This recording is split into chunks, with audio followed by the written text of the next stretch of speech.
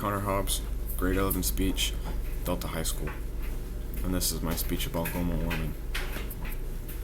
Global warming has been an ongoing topic for many years now, but it hasn't been until the past couple decades that we are now starting to see the real effects of it. More than ever before, surface temperatures are beginning to rise, and the polar ice caps are melting, displacing many Arctic species that rely on the wintry climate, such as polar bears, Arctic foxes, and other cold climate species. According to climate.nasa.gov, quote, the planet's average surface temperature has risen about 1.62 degrees Fahrenheit since the late 19th century, meaning that even though the Earth is getting slightly warmer, there are huge impacts and notable changes happening. Every year, the ice sheets get smaller and smaller.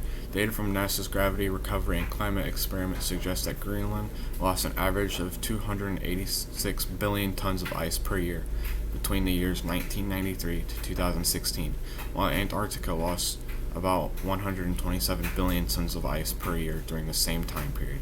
In the last decade, the mass of ice those ice sheets lost has tripled.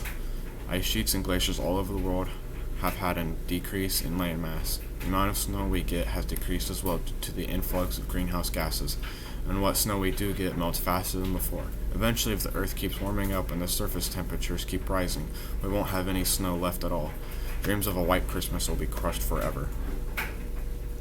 The amount of greenhouse gases are steadily increasing every year. With more and more factories burning fossil fuels, oceans are now being polluted by carbon dioxide, not just trash. Since the beginning of the Industrial Revolution, the acidity of surface ocean waters have increased by nearly 30%. The reason for this is already mentioned. Humans are emitting more CO2 into the atmosphere, and it just so happens that the oceans are absorbing it. The amount of carbon dioxide absorbed by the upper layer of the oceans is increasing by about 2 billion tons per year. This can be seen in the line graph from climate.nasa.gov. Sea life aren't the only living things that have to face the wrath of global warming. Arctic species such as polar bears, penguins, and walruses are in danger as well. According to the World Wildlife Foundation, ice-dependent species such as narwhals, polar bears, and walruses are at an increasing risk with shrinking sea ice cover. By 2100, polar bears could face starvation and reproductive failure even in far northern Canada. In September of 2014, around 35,000 walruses come ashore on the Alaskan coast, the largest haul out ever recorded. Unfortunately, since there is less and less room on the ice, 60 young walruses were crushed and died. Woodland animals such as deer and caribou are finding it harder to graze because of thick ice piling up over their food supply. Shipping is increasing in these areas as well. With inaccessible routes being opened up, more and more ships are disrupting the ecosystem around them. Oil drilling is becoming a new problem as well. With the far north warming up, oil companies are moving their drills north, which in return destroys hundreds, if not thousands, of ecosystems.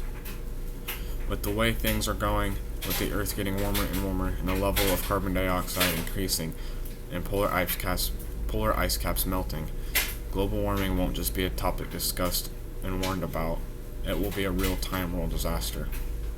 If we don't do something to change, the ocean levels will keep rising, the amount of carbon dioxide in the atmosphere will increase, and hundreds of Arctic species of wildlife will be displaced from their natural habitat. It is up to us to make a change. We must reduce the CO2 levels and the amount of burning fossil fuels. We must also figure out a way to reduce the amount of fossil fuels we use before we are all out. When that happens, we will lose a lot of the ways we power cities, factories, and many others. The time for change is now.